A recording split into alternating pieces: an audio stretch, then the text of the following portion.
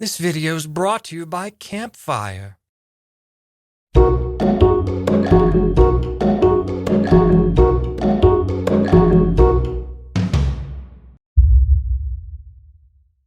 You hear that?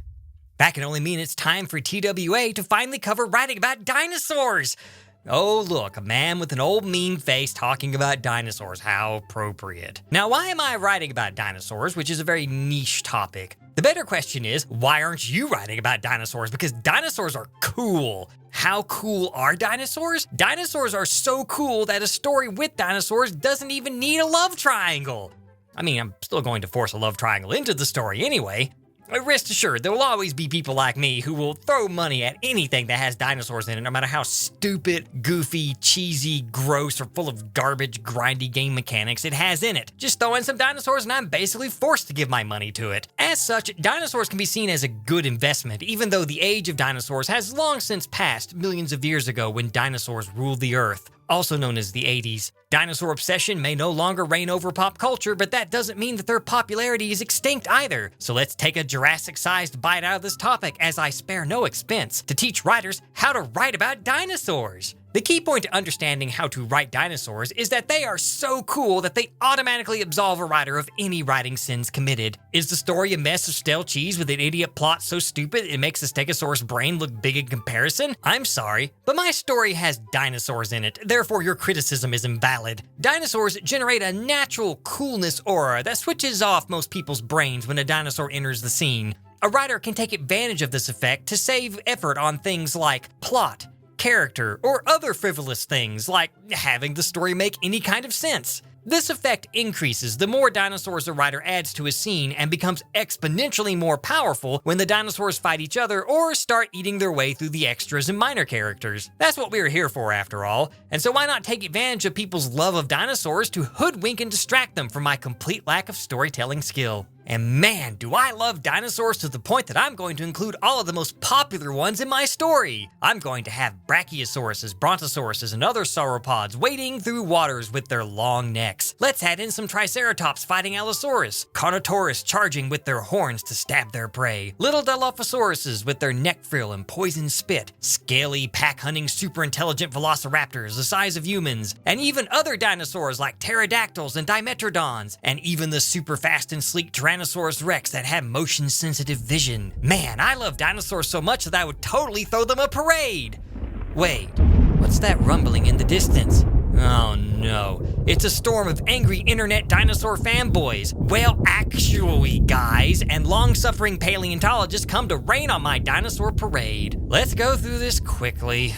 As it turns out, brachiosauruses, brontosauruses, and other sauropods were not primarily aquatic dinosaurs using their long necks like a snorkel, and were instead mostly land-based. Also, good luck trying to figure out if it's okay to even use the name Brontosaurus, or if you're going to start another dinosaur nerd fight just by uttering it. Triceratops wouldn't have fought Allosaurus, since Triceratops was from the late Cretaceous and Allosaurus lived in the late Jurassic, so they missed each other by millions of years. Carnotaurus's neck vertebrae wasn't strong enough to absorb the impact of a full charge and wouldn't be useful for stabbing prey, and were probably used for shoving match with other Carnotaurus. Maybe. We don't know for sure, and the whole horn thing is kind of strange since we don't have many contemporary predators that have horns to use as a model to guess Carnotaurus' behavior. And as it turns out, Dilophosauruses were actually pretty big, had no fossil evidence of a neck frill, nor is there any evidence of them spitting poison. And I guess we should address the feathered dinosaur in the room and point out that velociraptors were actually shorter than humans and had feathers. They might have hunted in packs, might not, we don't know. The larger predator most think of is actually Deinonychus, or the even larger Utah raptor. As for their intelligence, who knows? They may have been really smart, but I meet plenty of humans with a brain equally as big as my own, but they don't seem to use it much.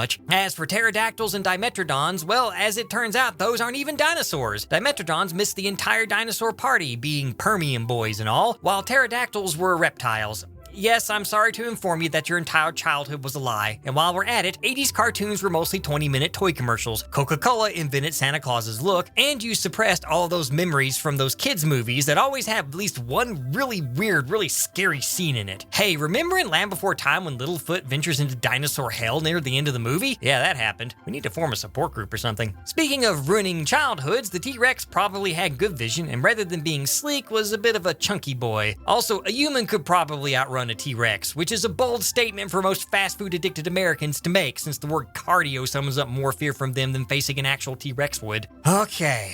Now that the No Fun Brigade has finished stampeding over my scientifically inaccurate depiction of dinosaurs, what's left? Did I miss anything else? Well, don't worry, I'm sure some noble soul in the comments will point out how everything I just mentioned is also wrong, and there'll probably be some paleontologist react videos pour over every word. This puts a writer in a difficult position when it comes to writing about dinosaurs. They must either basically ignore the entire field of paleontology when it comes to depicting their dinosaurs and just do whatever they want, or the writer can make a documentary. If sticking with accuracy, just be sure to obsess over future-proofing the dinosaurs with as much dino facts as possible, and never worry that even the most scientifically accurate depiction of dinosaurs is one fossil discovery away from being completely wrong. Science works best when it's treated like unchanging dogma. See, I'm a defender of paleontology and science by gatekeeping new harmful ideas even when those ideas come with overwhelming evidence. It's not like treating science like a religion misses the entire point. And if all of that sounds like too much work, then just ignore it and turn your dinosaurs into fantasy monsters. Make all the theropods stand up straight and drag their tails on the ground behind them, even though a rider has to break their skeletons to pose them that way. Call every large theropod a T-Rex, even when it has 3 fingers per arm and a sail on its back, while every sauropod is called a bronto. And the sizes are all over the place, but mostly on the large end. Just stick to pre-80s pop culture as a writer's primary source of dino data and they should be fine.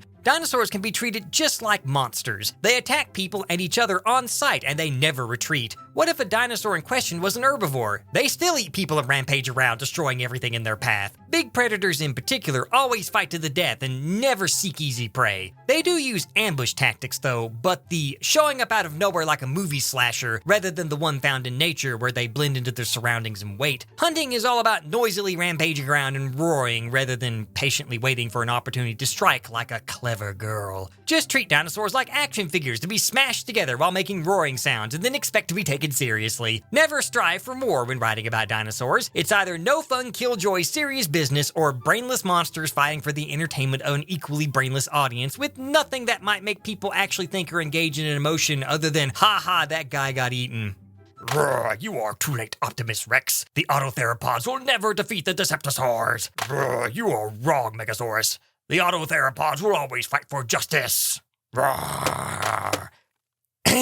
Sorry, I got distracted for a second. Where was I? Oh, right. Sadly, there is no wiggle room at all for a writer to come up with unique and interesting interpretations of dinosaurs while using current paleontology as a foundation. Yes, there is a massive amount of stuff we just don't know about dinosaurs given the limited number of fossils we have recovered, with many not even having a complete skeleton to work with. What most dinosaurs look like, how they behaved, and many other things are mostly guesswork that can be easily filled in with the writer's creativity, so long as it is tempered by a reasonable understanding of contemporary theories and a bit of research. But see, the problem is those two words, research and creativity. I kind of struggle with both of those, just like the concept of geological time, which I struggle with as much as the T-Rex struggled to hunt the Stegosaurus. I mean, the Stego had the Thagomizer, named after the late Thag Simmons. So of course the Rex had trouble with Stegos. In addition to stubbornly refusing to use my creativity when it comes to writing dinosaurs, book writers should also fail to use the unique medium of books to explore these ancient species, like writing from the dinosaur's perspective. I mean, who would want to read a dinosaur watership down? Hang on a second.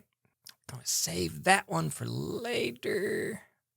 Anyways, as I was saying, a writer wants to avoid their creativity almost as much as they should avoid giving the human characters in a story anything interesting to do other than run from the dinosaurs. Remember that when dinosaurs are the main draw of the story, then the best practice is to bore the audience with a bunch of petty human-centric drama that has no payoff and exists only to stall the audience until we get to the dinosaur action. Basically just like a Godzilla film. Ah yes, the ideal dinosaur story is one where the humans spend all of their time running away from one cool-looking dinosaur after another, occasionally punctuated by a dinosaur fighting another dinosaur. Don't mess with the winning formula, especially when the brainpower cost involved in this formula is next to none. Why dig into dinosaur behavior when instead I can have dinosaur battles? Time spent understanding and exploring the possibilities of how these ancient creatures survived, communicated, interacted with one another, and truly lived, is a waste of time and will go against the audience preconceptions that all dinosaurs were murder machines. Yes, real-life animals fight and eat things, but they also socialize, play, explore, hide, and even try to understand their surroundings. They adapt, and showing that adaptation in a wide array of behavior can be engaging and generate new and unexpected conflict in a story.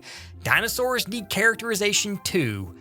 But it's really better to run away from that, just like the human characters in the story will run away from one dinosaur after another for the entire story with no other interactions taking place other than getting eaten. If the story is just one dino massacre after another, then could the story at least build up to the reveal of the dinosaurs? That requires patience and a degree of impulse control that just won't work with my perception of modern audiences having brains smaller than the dumbest compy in the Jurassic. Be sure to rob these creatures of any sense of narrative weight by strolling them out at the first opportunity and without preamble or foreshadowing.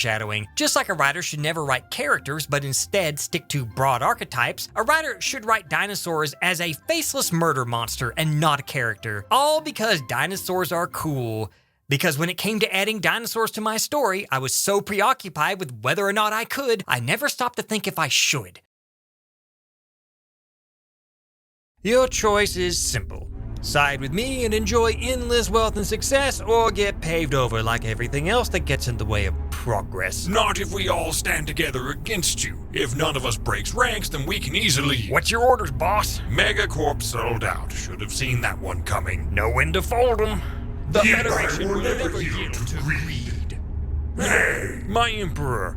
Greed sends his regards. Again? How many betrayals is that? How much money are we talking? NFTs. At their height. I'm in. Do we get to keep our branding? There will have to be a few changes to make things more profitable. The rebellion and its slick branding will never sell out to you. Thank you for the offer, Greed, but when the ancient horrors rise up to devour all reality, I'm afraid there won't be much use for money. Thank you for including us, though. Would you like a pamphlet? Well, there you are. Now let us go and make some money. But first, a parting gift. This video's sponsor, Campfire. Campfire is a series of tools to help organize, improve, and showcase your writing and is used by over 100,000 writers. Utilize character sheets, timelines, detailed relationship webs, and a full manuscript editor that references notes in Campfire Write, or hone your craft in Campfire Learn as a central hub of educational resources. Campfire Explore lets you share your work with a live community and build a following. Select what parts to share and craft a homepage to present your story. Creating a Campfire account is free and only pay for the features you need, with the flexible pricing structure ranging from monthly subscriptions as low as a few cents a month to affordable lifetime purchases. TWA fans can write better stories faster with Campfire at bit.ly/TWA3-22. Don't forget to use the code TWA to get 20% off all lifetime purchases of Campfire modules. Link is in the description below. See? Look at how handy Campfire is. I just used it to call up an entry to the Intergate. Farewell. See you after the conquest is done. Intergate? Intergate is the back end of the TWA universe that connects it to YouTube. It's where all the ads seep in from. We place seals to keep out the ads on most of the videos. He's gonna break those seals and flood every video with ads. I don't follow. With that many ads, you'll be able to conquer the entire TWA expanded universe in a single stroke.